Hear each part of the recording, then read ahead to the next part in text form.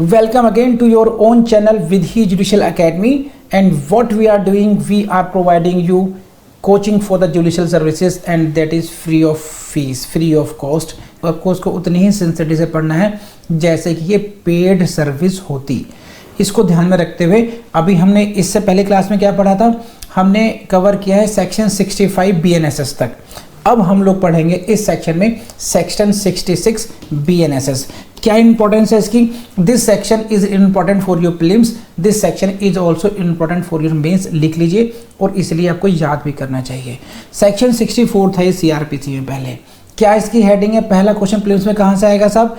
पहला क्वेश्चन आपका आ जाएगा मार्जिनल नोट से आ जाएगा, हेडिंग से आ जाएगा कि which section deals with the situation when the person who is summoned can not be found. वो कौन सी धारा है, वो कौन सा सेक्शन है, वो आपसे ऐसे पूछ लेंगे। अब आते हैं हम लोग इसकी बेरेक लैंग्वेज पर। बेरेक लैंग्वेज को पढ़ने से पहले मैं आपको इसका सब्सटेंस समझा देता हूँ। क्या सिचुएशन है? The situation is that court is sending someone to call someone but that person is not available. जिस व्यक्ति को समन्स की सर्विस के लिए भेजा गया है, समन भेजे गए हैं, वो व्यक्ति अवेलेबल नहीं है, वो व्यक्ति मिल नहीं रहा है। तो फिर ऑल्टरनेटिवली क्या होगा? ऑल्टरनेटिवली ये होगा कि उसके परिवार के किसी वयस्क सदस्य को सम्मन दे दिया जाएगा और इस प्रकार से उसकी सर्विस कर दी जाएगी। तो ये तो हुआ इसका मीनिंग, बहुत सिंप्लीफाइड तरीके से बता दिया मैंने। लेकिन लॉ में हम इतने सिंप्लीफाइड तरीके से नहीं पढ़ना चाहिए, हमें इसको टेक्निकली पढ़ना चाहिए। Which phrases are important, which words are important, from where we can see the question. ये होती है कोचिंग। ये आपको आइडिया होना चाहिए कि भाई कि क्वेश्चन जो मैं पढ़ रहा हूँ वहाँ से क्वेश्चन कहाँ से बनेगा। इसके लिए हम फिर बेरेक लैंग्वेज को पढ़ते हैं एक एक शब्द को अच्छे तरीके से, और वो ये रहा आपके सामने। Where the person summoned can not be found, इतना ही पढ़िए। देखिए पहले आप, can not be found. Where the person summoned can not be found, जब वो व्यक्ति जिसको सम्मन किया है नहीं मिलता है। तो अगर आपने इस तरीके से पढ़ा है इसका, तो आप कहीं ना कहीं एक इंपॉर्टेंट फ्रेज को मिस कर रहे हैं इसमें। क्योंकि जो नेक्स्ट फ्रेज है वो बहुत इंपॉर्टेंट है कि एक व्यक्ति नहीं मिला, लेकिन कब नहीं मिला, इस लाइन को पढ़िए अच्छे तरीके से। ये लाइन है आपके काम की भविष्य बनाने वाली लाइन है। By the exercise of due diligence. Due diligence is very important. By the exercise of due diligence का मतलब ये है कि जो व्यक्ति सम्मन्स की सर्विस करने गया था, he has made his best efforts for that. जितनी भी उसकी एफर्ट्स हो सकती थी, जितने भी प्रयास वो कर सकता था, उसने पूरा प्रयास किया, उसके बाद आप नहीं मिले हैं। ये है इसकी लाइन। इसका मतलब ये नहीं है कि वो गया, आप घर पर नहीं मिले, तो now he can say you can not be found. No, he will have to trace you, he will have to search you, he will have to call you, he will have to make his best efforts so that summons can be served upon you as per section 64 BNSS, that is the personally। उसकी पूरी efforts होनी चाहिए कि आपको व्यक्तिगत रूप से summons की सर्विस कराए। अगर वो ऐसा करता है तो 64 की कंप्लायंस हो जाएगी। और अगर वो कहता है कि कैन नॉट बी फाउंड, तो simply saying can not be found will not be sufficient for the exercise of section 66। क्या कह रहा हूं मैं? धारा 66 के अंतर्गत सर्विस कराने के लिए केवल ये पर्याप्त नहीं होगा कि साहब वो नहीं मिला। आपको ये प्रूव करना पड़ेगा, जो सर्वर ऑफ सम्मन है, कि बाय द एक्सरसाइज ऑफ, ये जो शब्द है, by the exercise of due diligence he can not be found. ये सिचुएशन होनी चाहिए। आई होप कि आपको इतना समझ में आ गया होगा। नाउ देन क्या होगा? Summons may be served. फिर सम्मन्स कैसे सर्व हो सकते हैं? Summons may be served by leaving one of the duplicate for him with some adult member of his family residing with him. देखिए इसको भी टेक्निकली पढ़ना पड़ेगा। इस सिचुएशन में सम्मन्स की सर्विस कैसे हो सकती है कि duplicate, one of the duplicate, इसमें जो 2 प्रतिलिपियां थी उनमें से एक प्रतिलिपि दे दी जाएगी। किसको दे दी जाएगी? यहाँ पे ध्यान से पढ़िएगा। यहाँ पे शब्द क्या लिखा हुआ है? Adult member. पहले यहाँ पर था एडल्ट मेल मेंबर था, नाउ एडल्ट मेल को हटा दिया गया है। अब यहाँ पर कह रह गया केवल एडल्ट मेंबर। एडल्ट मेंबर किसका? परिवार का, परिवार का वयस्क सदस्य।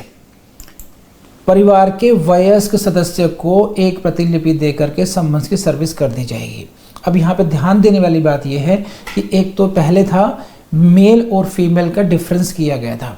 अगर पहले उसमें जैसे मान लीजिए आपके घर पर कोई सम्मन्स की सर्विस देने आया और आप अपने घर पर नहीं मिल रहे हैं, वो एक बार आया, 2 बार आया, 2-3 बार आया, लेकिन आप उसको नहीं मिले हैं, तो उसके उस एज पर सेक्शन 66 BNSS वो क्या कर सकते हैं। अगर आपकी सिस्टर है जो वयस्क हो चुकी हैं, आपके माता पिता, आपके बड़े भाई, जो भी वयस्क ऐसे सदस्य हैं जो कैसे हैं, रिजाइडिंग विद यू, जो आपके साथ रहते हैं, उनमें से किसी एक व्यक्ति को वो प्रतिलिपि दे करके सम्मन्स की सर्विस कर सकता है।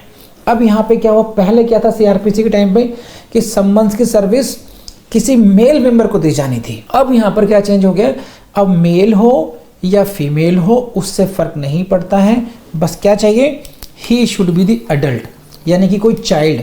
It means the person below 18 नहीं होना चाहिए। Person below 18 will be considered child and he service of summons can not be done through him, उसके साथ नहीं हो सकती है। अब आगे देखिए कौन होना चाहिए, मेंबर ऑफ हिज फैमिली होना चाहिए, लेकिन कौन सा, रिजाइडिंग विद हिम, ये भी इंपॉर्टेंट है।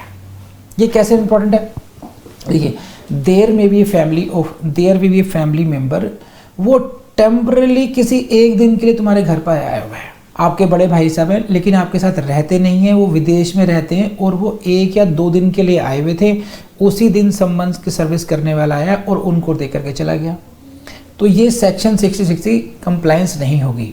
तो एक एक शब्द को ध्यान से पढ़ना चाहिए हमने। क्या क्या होना चाहिए, he should be the adult person, number 1, he should be the member of family and only that member who is residing with him, जो उसके साथ ईटिंग करता हो, वहाँ पर उसी घर में सोता हो, उसी घर में रहता हो, दैनिक क्रियाक्रम सारे वहीं पे होते हों, साथ साथ में होते हों, उसी हाउस में होते हों, उसको बोलते हैं रिजाइडिंग विद हिम। 1 दिन 2 दिन के लिए आया व्यक्ति नहीं होना चाहिए। और दूसरी बात, इसके एक्सप्लेनेशन को पढ़ेंगे अगर हम, उसमें लिखा ए servant is not a member of the family. तो यहाँ से अगेन क्वेश्चन प्लेस में आता है, लिख लीजिए कि क्या किसी सर्वेंट को फैमिली मेंबर माना जा सकता है, आंसर इज नो। तो you can not leave the copy of summons with A servant. आप सर्वेंट को कोई प्रतिलिपि दे करके ये नहीं कह सकते हैं कि इस केस में सम्मन्स की सर्विस हो गई है। 100 टाइम्स क्वेश्चन आया है, यहीं इसी लाइन से क्वेश्चन आया है, इसको ध्यान रखेंगे आप। ये पढ़ लीजिए एक बार मेरे साथ, ये पढ़िए, ए servant is not a member of the family with in the meaning of this section. इस धारा के अंतर्गत नौकर को सर्वेंट फैमिली के मेंबर नहीं माना गया है।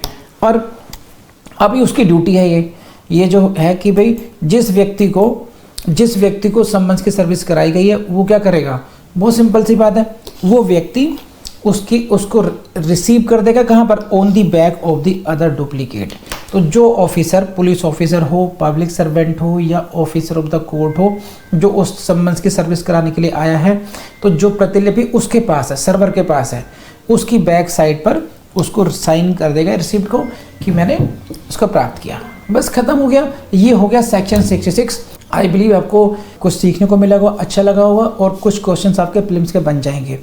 मेंस के लिए मैं कहूँगा इस सेक्शन को विद एक्सप्लेनेशन रट लेना, ये आपको मेंस में कहीं ना कहीं लिखने का मौका मिलेगा। इस पर मैं इतनी बात कहूँगा, देखिए हम लोग बहुत मन से कोशिश कर रहे हैं कि जो जितने भी हमारे ऐसे दोस्त हैं, भाई हैं, बहनें हैं, जो किसी भी वजह से कोचिंग नहीं कर पाती हैं, उन तक हम लोग अच्छा कंटेंट, क्वालिटी कंटेंट फ्री में पहुँचाएँ।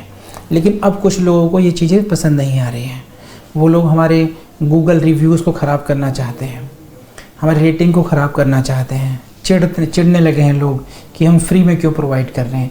तो मेरी आपसे रिक्वेस्ट है, अगर आपको हमारा कंटेंट दिल से अच्छा लग रहा हो, आपको फील हो रहा हो कि हम वाकई में जेन्युइन एफर्ट्स कर रहे हैं, तो please write a good Google review on our Vidhi judicial academy में। गूगल पर जाइए, रिव्यू पर, और अच्छा सा अपना एक्सपीरियंस लिख करके दीजिए।